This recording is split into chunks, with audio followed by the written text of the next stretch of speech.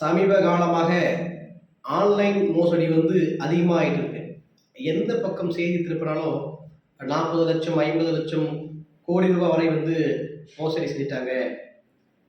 Online business சொல்லி என்னை ஏமாத்திட்டாங்க அப்படின்னு தொடர்ச்சியா நம்ம பார்த்துட்டு இருக்கோம். இது என்னன்னா, ஆசையை மூலப்பொருளாக வைத்து ஆன்லைன் வியாபாரம் செய்யப்படுகிறது. இப்ப இருக்கக்கூடிய இளைய தலைமுறைகள் மிக எளிதில் பணத்தை சம்பாதிக்கணும். ரூ. 10 போட்டா ரூ. 20 கிடைக்குது. ரூ. 20 போட்டா ரூ. 40 கிடைக்குது அப்படின்ற ஒரு மிகப்பெரிய சூழ்ச்சிக்கு இந்த வர்த்தக நிறுவனம் இளைய தலைமுறை தள்ளுது. இதுல பலரும் பாதிக்கப்படுறாங்க. இளைய தலைமுறை மட்டும் இல்ல, பல மூத்த தலைமுறைகள் கூட ஆசை என்ற ஒரு மிகப்பெரிய பேய் நம்ம இடத்தில் இப்போது இருக்கிறது.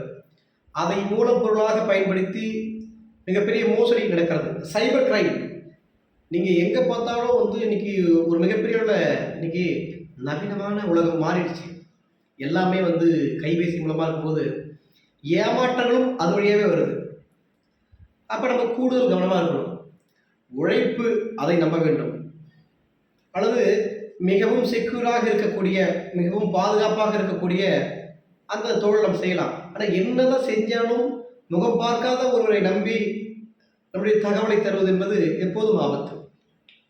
தயவு செய்து ஒரு உங்களுடைய வாட்ஸ்அப்புக்கு அல்லது ஒரு குறுஞ்செய்தி மெசேஜ் வந்தால் கூட ரொம்ப கவனமாக கையாளுங்க. எந்த லிங்கையும் பராமரித்து தொடாதீங்க.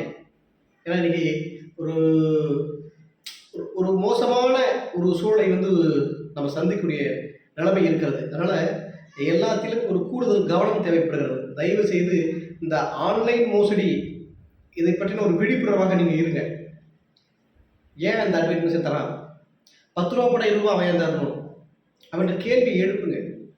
அந்த கேள்வி நமக்குள்ள எழுப்பும் போது தான் ஒரு தெளிவு கிடைக்கும். கவனமா இருங்க, கவனமா இருங்க.